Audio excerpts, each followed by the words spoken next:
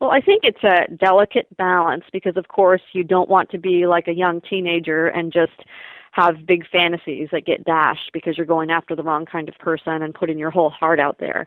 But you also don't want to be so closed off that you miss opportunities.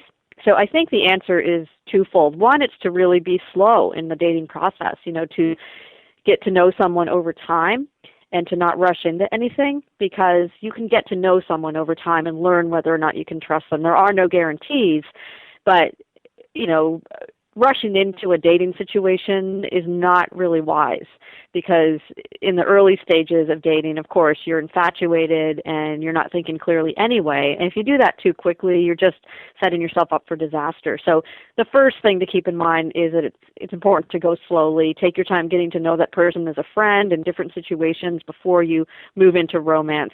The second thing that I think is important to keep in mind, a lot of people are just so rigid in what they're looking for.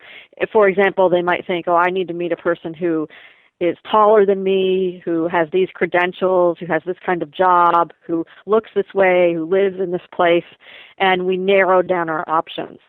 And the better way to look at it is really focus on how do you want to feel when you're with that person. Really imagine. Most women will say something like, I want to feel respected. I want to be myself with that person. I want to feel like it's okay to say whatever I want to say, to know that I have support, just to know that I feel like myself with that person and I can trust that person. And the more you focus on how you want to feel with the person, the more you open up opportunity rather than shutting those options down. And let me tell you a funny story about this to illustrate what I mean. I did have a client come to me and I explained this concept of really knowing what you want. And so she came back to me. She made a list of everything she was looking for in a guy, came back to me in a month and said, you know what, I have good and bad news. The good news is I have found a guy who is exactly what I was looking for. He's gorgeous.